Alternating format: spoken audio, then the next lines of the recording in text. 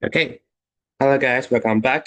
Um, so we've discussed, actually we have finished the last part of the chapter 14. The last portion of the chapter is focused on the optimization problems.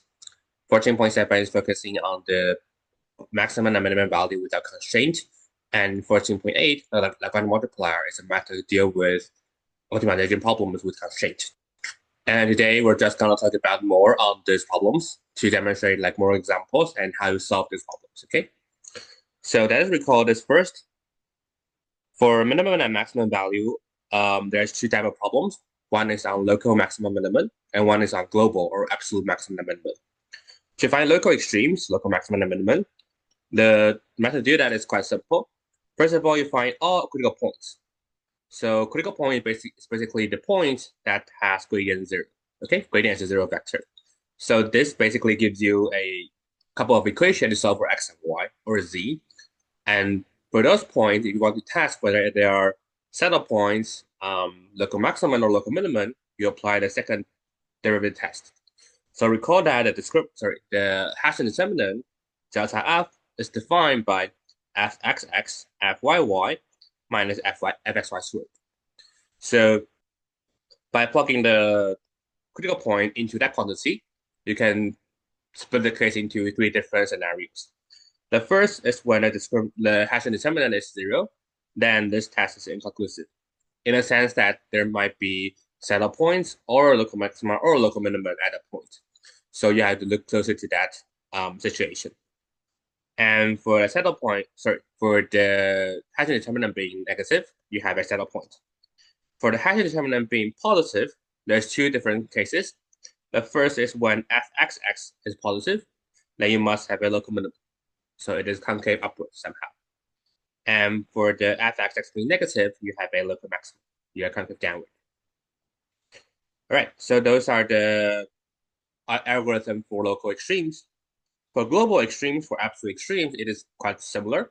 So first of all, we have to split the problem into two cases. The first is within, maybe I should phrase this first. So for absolute regime, we usually are working with a function on a closed and bounded domain. So basically you are working on a circle or a box or a rectangle or some, say, rectangle.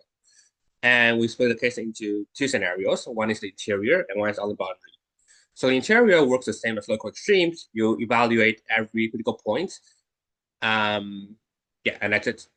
And for the boundary, usually the situation reduces to a y-dimensional piece. So for example, if you're working on a box, then on each segment, you can plug in, say, x being some constant, say 2, or y being some constant, say 3. Then that function f of xy becomes a one variable function. And then you can do the usual closed interval test, which is finding the critical points on that segment and also plug in endpoints. So at the end of the day, we're trying to evaluate every critical point within the interior of the domain, and we evaluate every possible critical point on the boundary. And comparing those two different cases, the maximized one will be the maximum, and the minimized one will be the minimum. So that's all. And let us talk about Lagrange multiplier later. So let us first goes on the extreme value problems. So in this exercise 19 from 14.7, we're asked to find local maximum or local minimum or set of points of this function f of xy equals to y squared minus 2y cosine x, where x is within minus 1 to 7. So this is kind of crucial because this is a periodic function, meaning that if you do not restrict it, then you will have infinitely many critical points, and that is not a good problem for grading. So that is why we have this restriction. And for this type of problems, what I expect is that you can find out critical points and you can determine their nature by either the second derivative test or some other analysis that you can do if you have encountered an inconclusive situation. So obviously, the first thing is to find out the gradient. So we already have this in our bucket. By differentiating with respect to x, you get 2y sine x, and you get 2y minus 2 cosine x by differentiating with respect to y. By setting that to be a zero vector, we hope that this will be 0 and this will be 0, right? So the y coordinate being 0 tells you that y must be cosine x. And the x coordinate being 0 tells you that y times sine x must be 0, right? Okay, but now y is given by cosine x, so this simply means that cosine sine is 0. So basically, x can be any constant multiple, actually integer multiple of pi over 2, right? It can be 0, 90, 180, 270, and so on and so forth. So we usually denote this by x equals to pi over 2 times k, where k belongs, don't forget this, to integers. Integers means that you can have 0, -1, -2, 1, 2, 3, okay? However, due to the restriction, -1 and 7, we know that the only possible situation for k are k to be 0, k to be 1, k to be 2, k to be 3, and k to be 4. So 2 pi is approximately 6.28 something, right?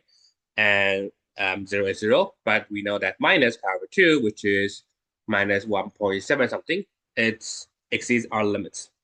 So these are the only possible 5 cases. And you can find out the corresponding y value by plugging cosine x. So these 5 are the only possible candidates for our local extremas. When I say candidate, I mean that they might not be local maximum or minimum, right? There might be a set of point. So to determine its nature, we want to just analyze its Hessian determinant. Recall that the Hessian determinant delta f is given by fxx fyy minus fxy squared. So you do the differentiation again. These are straightforward differentiation. This is fxx fyy and fxy. And it turns out to be 4 times y cosine x minus sine squared x. So we don't really care about the value, we care about the signature, right? So now if you plug in everything, you get this type of table. You have 5 critical points. You plug in the Hessian determinant, you get 4 minus 4, and so on and so forth. Now, for the minus cases, you don't really have to test the fxx because this already ensures that you are dealing with a set of points, right? And for the positive Hessian determinant, you have to do another further test to make sure that it is either a local minimum or maximum.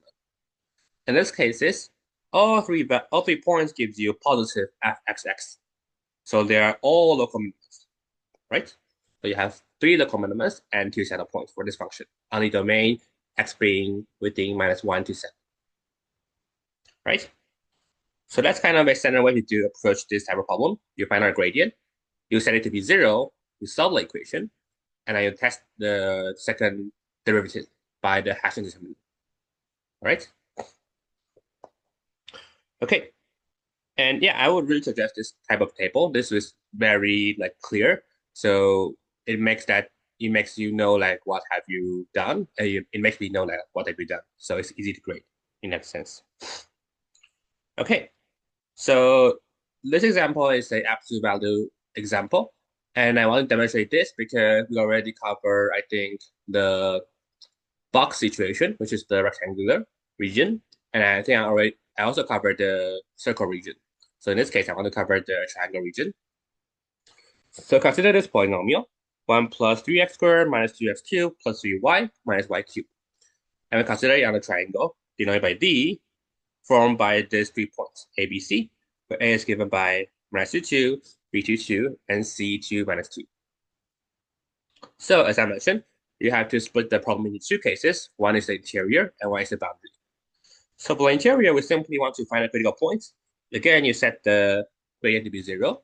And in this case, it is a polynomial. So it is very, very simple to solve. You get that x is either 0 or 1, and y is either plus or minus 1. So there will be 4 combinations, right? You can have 0, 1, 0, -1, or 1, 1, or 1, -1. So these are the 4 points. However, 0 -1 is not in the regime, so we don't really have to consider it as a candidate for the extreme values. So we simply evaluate these 3 guys, and you get 3.0. And I want to mention here that you don't really have to do the second derivative test because at the end of the day, we want to figure out the absolute maximum and absolute minimum, right? So you will have to do a compare at the end of the day whatsoever. So why not save the effort and just do an evaluation? And I want to mention that technically speaking, the 1 - 1 lies on the the boundary. So we don't really have to care about that in this interior calculus. We can actually just evaluate these two guys. But anyway, if this is a critical point for the whole function on this particular boundary, then it will be a critical point on this, which we will see later. So now we have analyzed the interior. It's time for the boundary. So that does split the case into three scenarios. One is AB. So AB is basically telling you like y is equal to 2, right? By setting up f1 to be f of x2, now we have this cubic function where x runs from -2 to 2. So yeah, it's an ordinary one-dimensional calculus optimization problem, right? We simply find a derivative and see that the possible candidates are 0, 1. So you have to test f1x for the boundary point, -2 and 2, and also the critical points, 0 and 1. So there are 4 points. Here, here, here, here, and here. Those are the 4 points that you have to test. Also, for this f2y, we are dealing with BC. So BC is where x is equal to 2. You plug in 2 in the x coordinate, and you find out you have another cubic function where y ranges from -2 all the way to 2. And now we set the derivative to be 0. Then you have y equals to plus minus 1. So again, you have to test -2, 2, and plus minus 1, which is this point, this point, this point, and this point. Okay. Right. Now for the last case, this diagonal one, this line is actually y equals to -x, right? So you have to plug y equals to -x or x equals to -y, depending on the choice. But at the end of the day, we're dealing with this function, f3x, defined by this cubic function.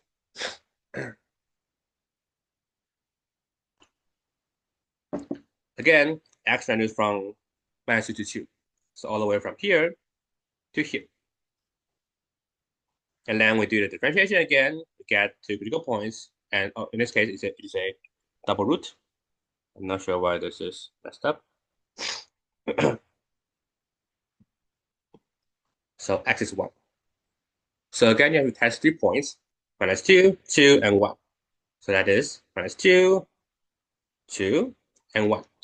So as I mentioned, this will indeed be the critical point on the boundary. Right. So basically, those are the points that we have to test. I presume that there's 4 here somehow. Yeah. And here and here. So testing these points gives you these values, okay? A, B, and C. So you have 27, -1, 0, -5, and so on and so forth. So these are the possible extreme values that f can be achieved on the boundary. And we know that on the interior, the possible value is 3 and 4. So comparing these whole numbers, we see that the maximum possibility is this 27, and the minimum possibility is -5 and -5 here, where there is 2 points that achieves the value. So the maximum over the xy belongs to D, the triangle of this function, is given by -2 and 2, and the value is 27. And the minimum is given by these 2 coordinates, 2, 2, and 2 -1, where the value is -5. So I would really encourage you guys to try this notation. This is a very compact notation showing that we're finding a maximum over this function on some domain D. And you can show me that, okay, this can be evaluated by some point, in this case, -2 and 2, and then the actual value is 27. Okay. So this is a graph of the function. You see that the domain that we're defining is a triangle, right? And this height is correspond to the function value, z equals f of x1. We see that -2, 2 gives you the highest point, and there are 2 points giving you the lowest point, the minimum. So yeah, that is another way to a standardized kind of problem about absolute value on a closed and bounded region, in this case, triangle. Okay, so now let us do some kind of a application problem. So this is again from our textbook. We want to find a volume of a larger rectangular box, in this case, the blue one here. In the first octant with 3 faces. So yeah, basically this and this and this. That is parallel to the coordinate planes. And the vertex here lies on the plane x plus 2y plus 3z equal to 6.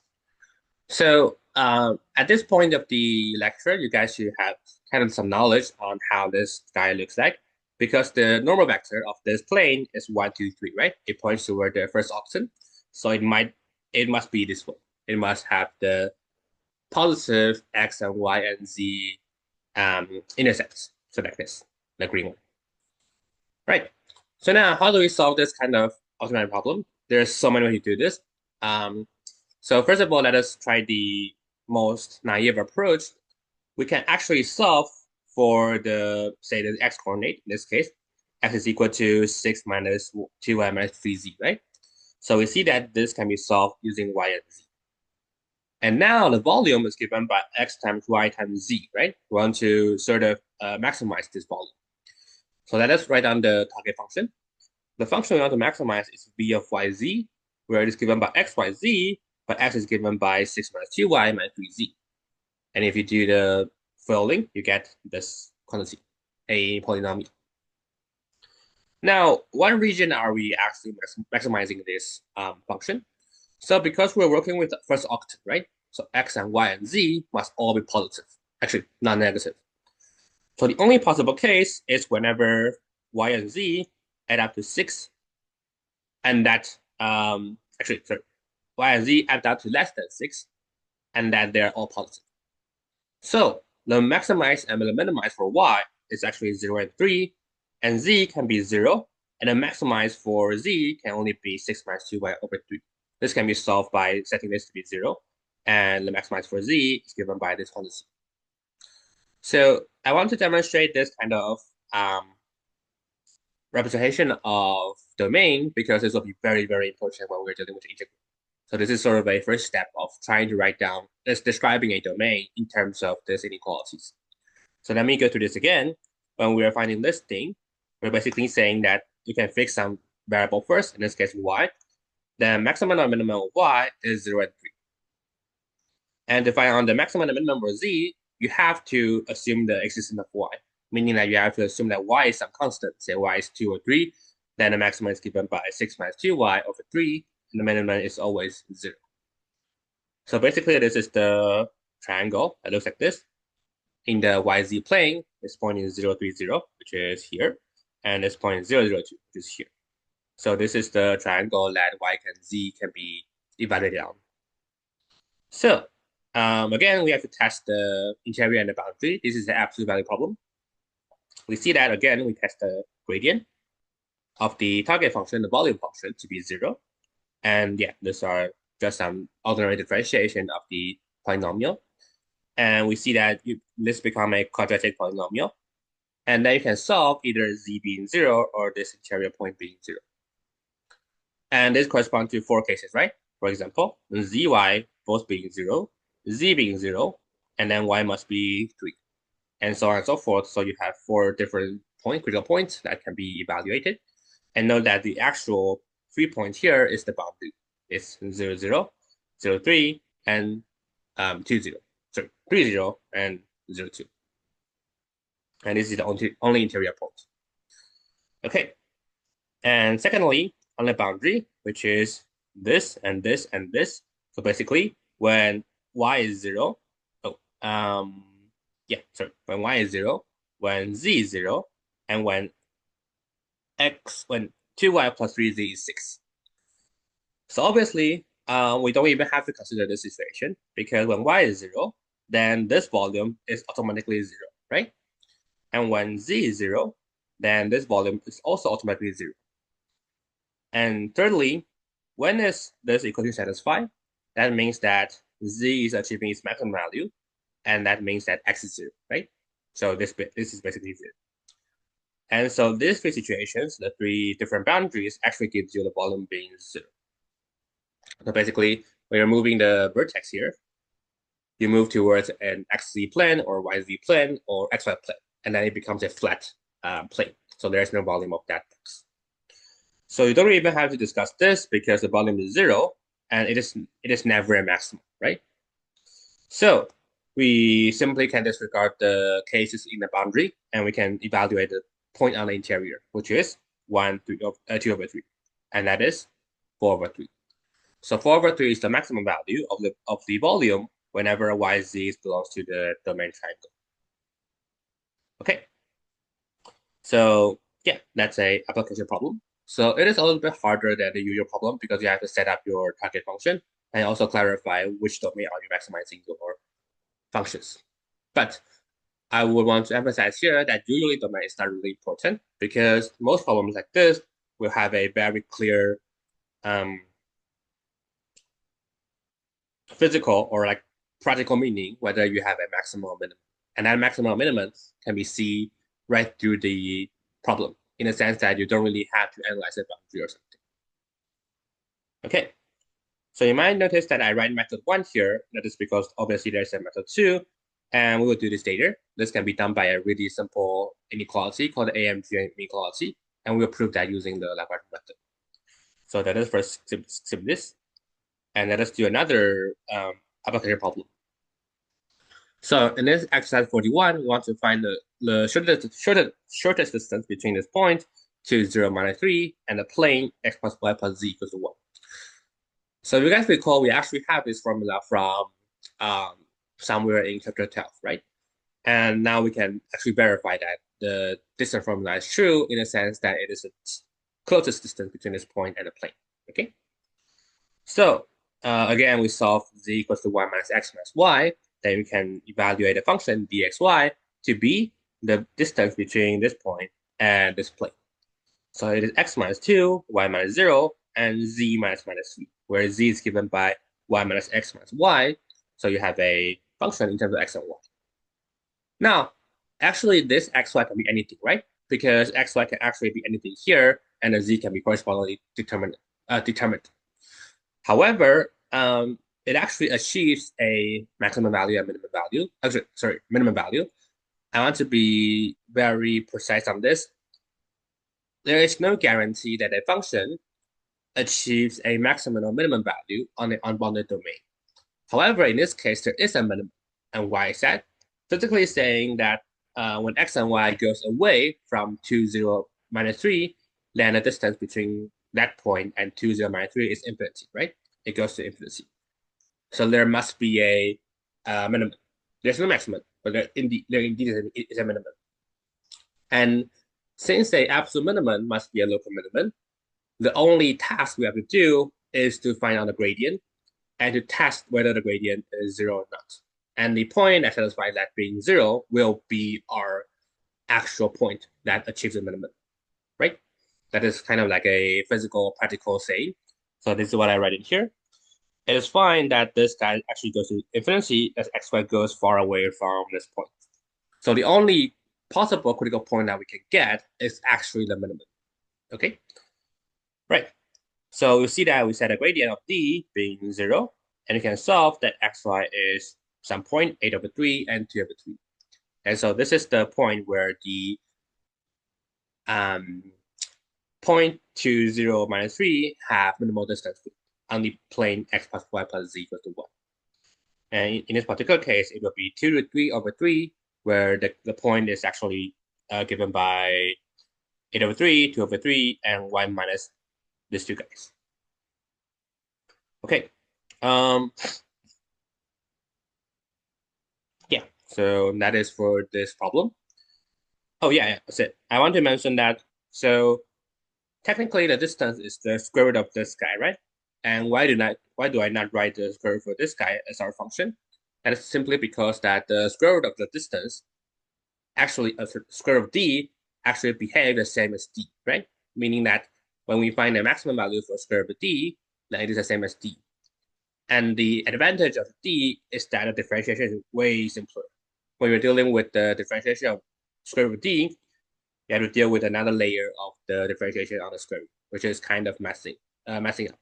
So I would encourage you guys to try to avoid that kind of notation, because whenever we have this function, it's very easy to find a differentiation and solve the critical point, and then we can plug back the value by taking the square roots. Okay, so yeah, note that this actually coincides with our formula. Whenever we are plugging in the, where is it? Here. Here.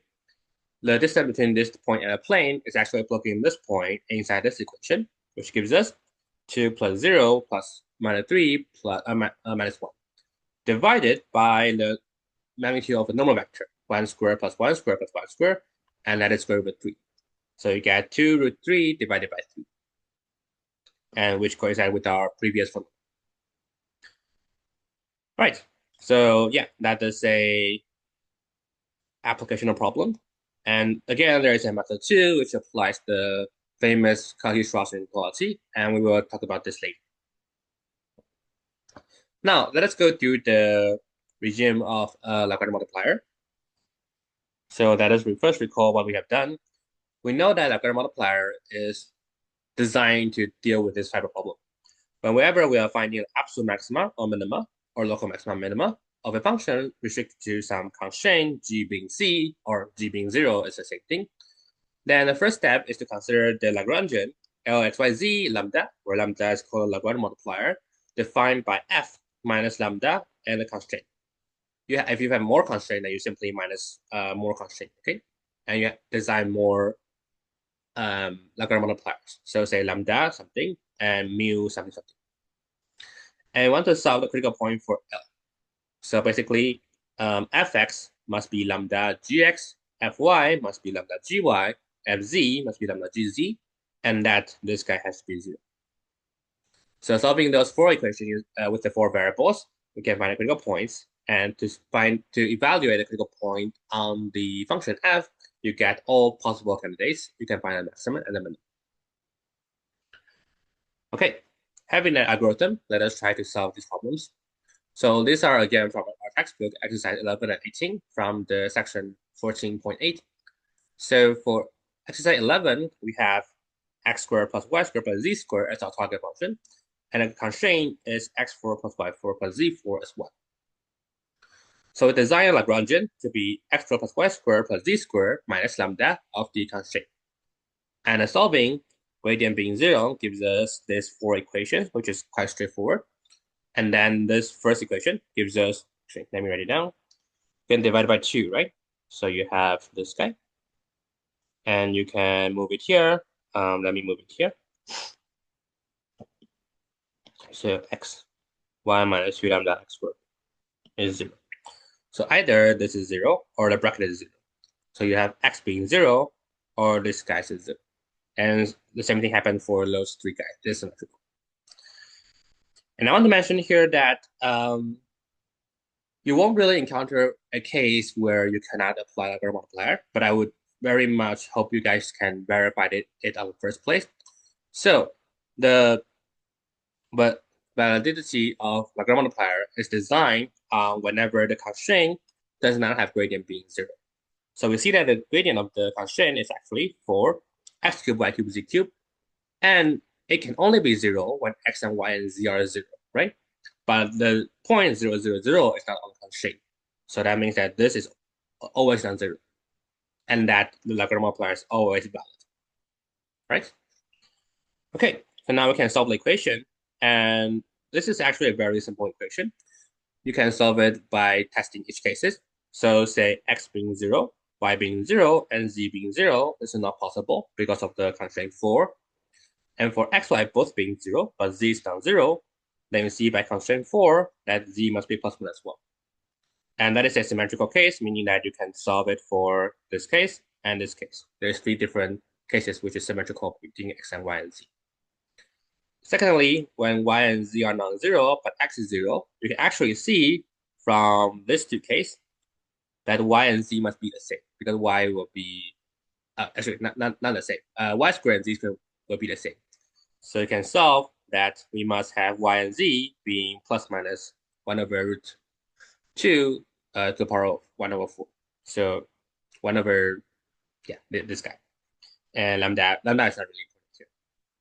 And it's again symmetrical, so you have this 2 different solutions. And I want to mention that y and z can be both plus and minus. So that means that there's 4 solutions: plus plus, plus minus, minus plus, and minus minus. The actual point here is not really important. The actual important thing is the value. So that is proceed there. And for our last case, which is both all of them are non-zero, then again, by 1 and 2 and 3, you can see that x squared and y squared and z squared must be the same. So that means that x and y and z can all be plus minus 1 over root to the power of 1 over 4, 3. And so by plugging in everything, you get when you're dealing with a boundary point, 1, 0, 0, or 0, 1, 0, or 0, 0, 1, you have 1. And for the three symmetrical cases, you have root 2. And for this case, you have root 2. And there's actually 8 points here, combining different plus and minuses. But the actual answer is always root 3. So we see that this will be our minimum, and this will be our maximum. So you can write it like this. The maximum for this function on this constraint is given by root 3, and it is achieved by these 8 points. Whereas the minimum for f on this x4 plus y4 plus z4 being 1 is 1, given by this 6 points. 1, 2, 3, 4, and 5, 6. Okay, so this is a very standard type of Lagrangian multiplier problem. You verify that it is valid to apply Lagrange multiplier, and then you solve the Lagrangian, the critical points, you plug in the values, and you want to see whether you have a maximum. Okay, now for a second problem, that is first seated this problem here, we're dealing with f of x, y, z being z, so basically we're finding the highest point and lowest point of these two intersections, x squared plus y squared being z squared, and x plus y plus z being z4.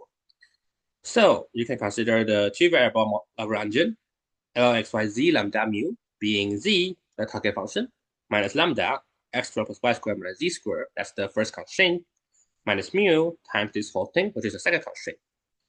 Now, to verify the validity of Lagrange multiplier, we have to have that this gradient is non-zero, this gradient is non-zero, and those two gradients are not parallel. So first of all, this guy is always having non-zero gradient because it is only 0 when x and y and z are all 0. But this point does not lie on this plane, right? 0 plus 0 plus 0 is never 24. So the first constraint does not have gradient 0.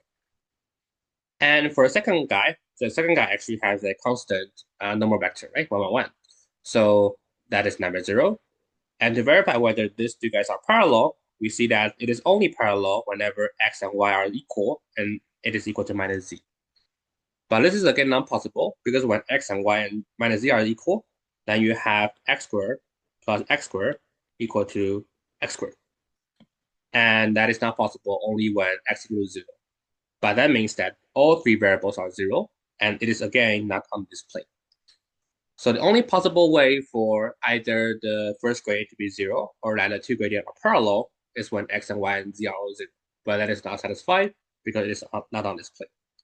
So in conclusion, we know that whenever we consider this two constraint, it is never the case where one of these two guys have 0 gradient or those two guys have parallel gradients. So we can apply Lagrange multiplier. So now taking the gradient of the Lagrangian, we get this 5 equation. And there's a lot of symmetry going on.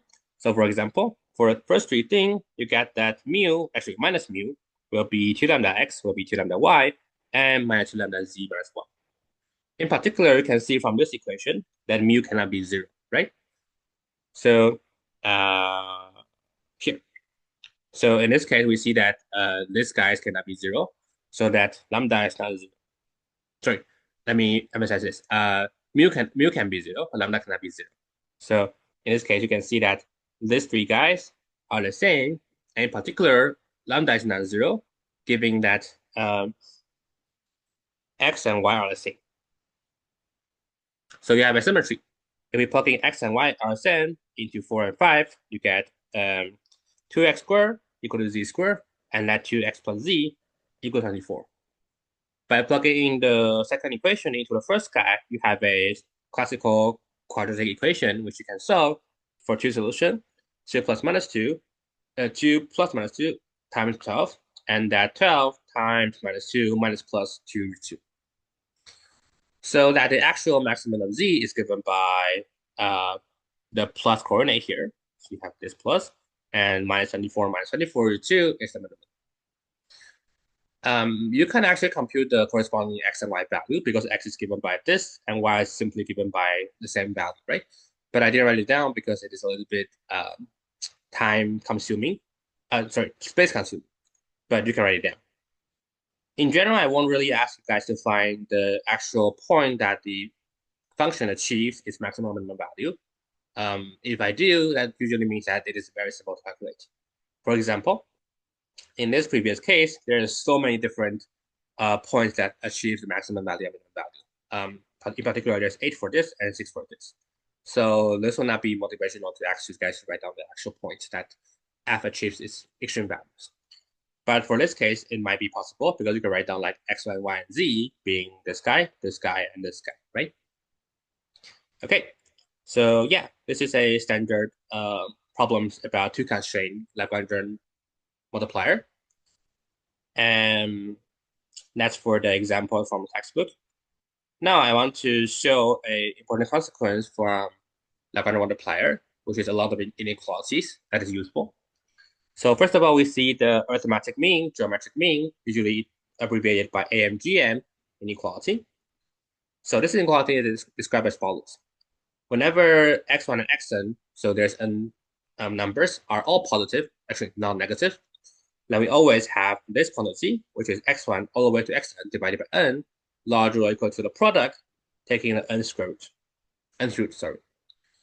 Usually the left-hand side is called the arithmetic mean, and this is the usual mean that we know from elementary school, right? You add up everything, you divide by the number of those things. And by geometric, we do the same thing, but we do the product. So we take every product and we take the nth root. And an important consequence about this inequality is that the equality actually holds whenever all x1 to xn are the same. And that is kind of intuitive because every guy has to be the same for these two guys to coincide, right? If you have a plus a and all the way n divided by n, then you have a. The same thing happens here. You have an taking square root, so you get a. Right. Let's try to prove this using Lagrangian multiplier. And yeah, if we define target function to be this guy, f of x1 to xn equal to x1 times xn. Note that I already removed the nth root because it is not very good for differentiation. And actually, this two guy has the same behavior. Right? And we want to subject this guy to x1 plus xn to be c. And I want to show that its maximum value can be determined by some terms with c. So Lagrangian is given by this function, target function, minus lambda of this guy, the constraint. So there will be n plus 1 variables here. And taking a gradient, we get that x1, so first of all, let us see that if we differentiate by x1, then that term vanishes out, right? So there's only n minus 1 term here. And for this guy, you have lambda.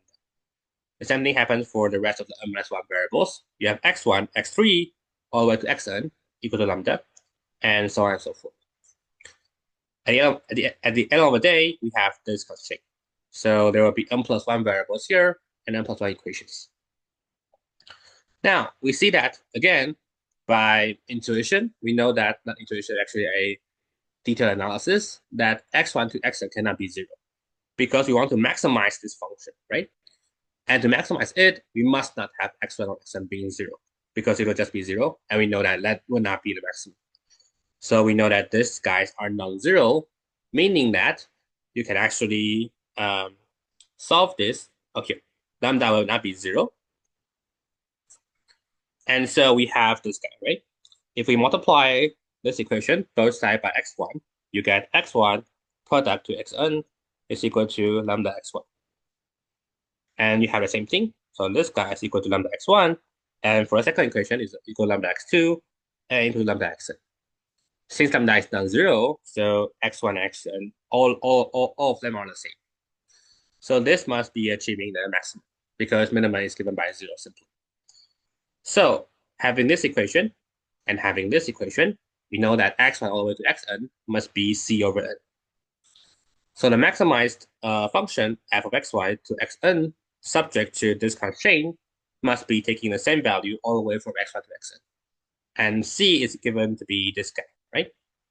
So we have that this is always less or equal to this guy, which is this is always less or equal to this guy. And we actually show that equality happens whenever all those numbers are the same. Okay, Let's see a quick example. This is a very useful inequality. We see in this previous example, the box example, um, we want to maximize the xyz, x times y times z, subject to x plus 2, y plus 3z, right? Being 6. So we see that, first of all, x, y, and y and z are all non-negative, so we can actually apply the AMGM inequality, which is this guy. In this case, n is 3. There are 3 variables, x1, x2, and x3, x, y, z. So we see that this is given, right? This is a given number. X plus 2, y plus 3z divided by 3 is actually large. This is the arithmetic mean, right? AM. Is larger than GM, which is this guy times this guy times this guy, taking cube root. So you can take the cubic function here and get that this is less or equal to this guy, cube root. The numerator is given by 6, so the term is given by 2. 2 cubed is 8. So you have 6xyz less or equal to 8. So xyz, the volume, is simply less or equal to 4 minus 3. And this upper bound is actually achievable whenever these 3 guys are the same, when x and 2y and 3z are the same. So you get 2, 1, 2 over 3. And that is exactly what we have got here. 2, 1, 2 over 3, and 4 over 3, right? So here it is very elegant to apply this inequality to see that the actual upper bound is 4 over 3, and the 4 over 3 is achievable by this point. Okay? So I will not be against you using this inequality in the test, but you have to use it correctly. Okay. So now for our second nice example, the Cauchy-Schwarz inequality. This is a very useful inequality. So we claim that for any number x1, y1 to yn, let x1, y1 all the way to xn, yn adding up, taken squared, is less or equal to x1 to xn squared and y1 to yn squared. And the equality only holds whenever you have the same profile for x1, xi's over yi's, meaning that x1 over y1 is the same as x1 over y2, all the way the same as xn over yn. So first of all, let us write this in a more geometrical way. If you recall from the previous section, the left-hand side here is actually the dot product between x and y, right? If we define x to be x1 to xn and y to yn. So we're saying the dot product of x and y squared is actually less than the magnitude of x squared and the magnitude of y squared. And recall that in the 2-dimension, or actually 3-dimensional setting, this is actually quite obvious in the sense that this here will be x, y, cosine theta, right? And cosine is always less or equal to 1, so you have this inequality. But let's say geometrical idea does not apply to high-dimensional space because there's no angle to be precise. So to prove the inequality for high-dimensional space, we have to sort of use an algebraic way. I want to also mention that why is this inequality obvious? Because these two guys will be equal whenever they are aligned, right? Meaning that cosine has to be 1 or minus 1. So in that case, it is either in the same direction or opposite direction. So that is when this is given.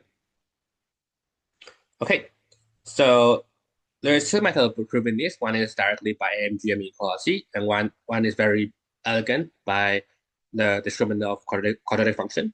So let us prove this first. By the AMGM inequality, we have square root of AB, that's equal to a plus b over 2, and you can square it, where the right-hand side becomes this guy, and you get AB, that's equal to a squared plus b squared divided by 2. So this is actually not that hard to prove. If you use this, you can actually derive this directly. I just want to make a connection between AMGM inequality, so I start from this step. But anyway, you always have AB, that's equal to a squared plus b squared. So now, how do we prove this inequality? First of all, we can obviously assume that these two guys are all non-zero, because when they're 0, that means that x or y, one of them has to be 0, and the left-hand side is therefore 0. So, making them non-zero, we can actually divide those two guys. Now, by this new version of AMGM inequality, we have that by applying A to be xi divided by square root of x, B to be absolute value of y divided by magnitude of y, we have this two guy, AB, that's equal to A squared plus B squared divided by 2. And that inequality holds for every I equals to 1, 2, 3, all the way to n. If we sum both sides by I, you get that this denominator is common, you can move it out, and you're actually summing up xi and yi's. On the right-hand side, you have half all the way here, and you're summing up this guy and summing up this guy, where you have a denominator squared, squared. However, by definition, this is actually the magnitude of x squared, right? And this is also the magnitude of y squared. So this two guy cancels. You have 1 plus 1 in the bracket. And this is 2 times half, that's 1. So this whole thing is less than 1. And we can now move the denominator to the numerator. You get this guy is less than x and y magnitude. So the dot product between x and y is given by this guy, right? Where this guy is obviously less than this guy, because if you have an interlacing between x and y's signature, say minus and plus, then you have a cancellation, right? So this thing will always be less than this guy. And therefore, you take a square and you're done. This we have already proven here. So we have our Cauchy-Schwarz inequality. And we see that the equality holds whenever this equality holds for every x and y, right? That means that by the AMGM inequality, this two guy has to be the same. A and B has to be the same. So this has to be the same for every I, meaning that if you take the quotient, you have x1 divided by y1, take the absolute value, it's all the way same to this constant here. And technically, this is not our condition, right? Our condition is the non-absolute value 1. But this must be the case because if x1 and y1 are different from the signature, and they are, say, x1 and y1 are different from the signature of x2 over y2, then that must be that there is some cancellation here. So the only possible way is for them to all be negative, all positive. And so you have this equality condition here, where we can remove the absolute value from this condition here. Okay, so that is a rather kind of a ultra way to prove the Cauchy-Schwarz inequality. There's a more elegant way to do this without using Lagrange multiplier or AMGM inequality. So let us start this second proof. We consider the quadratic function defined by this format, txi plus yi squared, taking summation over I to 1 from 1 to 1. After splitting the product and doing following, you get that it is a quadratic function with a coefficient summation of xi squared to summation xi yi and summation yi squared. Oh, sorry, this is incorrect. Summation yi squared. And note that this quadratic function is actually by definition always non-negative, right? So that means the discriminant must be less or equal to 0. It either touches the x-axis by 1 or never touches it. So we have b squared, which is this guy, minus 4ac be negative. And you can see that the left-hand side is actually 4 times the dot product minus 4 times the magnitudes. And this directly gives us the Cauchy-Schwarz inequality, right? It is very elegant. And it is also nice in the sense that you can derive the condition for equality very soon, because for this to be equal, that means that you have at least a point that satisfies the equation, right? Here. So it means that T has a solution. So basically, T has a solution means that every guy here must be 0, meaning that T is given by minus of, what is it? Xi, Yi. And that holds for every I. So you have this condition. So actually, sorry, I should write this. Minus T. Minus P, T is equal to this guys. So in particular, x1, y1, x2, y2, all the guys have to be having the same ratio. Okay, so yeah, there's so many different inequalities to use, and Lagrange multiplier is actually a really nice tool to develop this type of inequalities. I want to go through this again.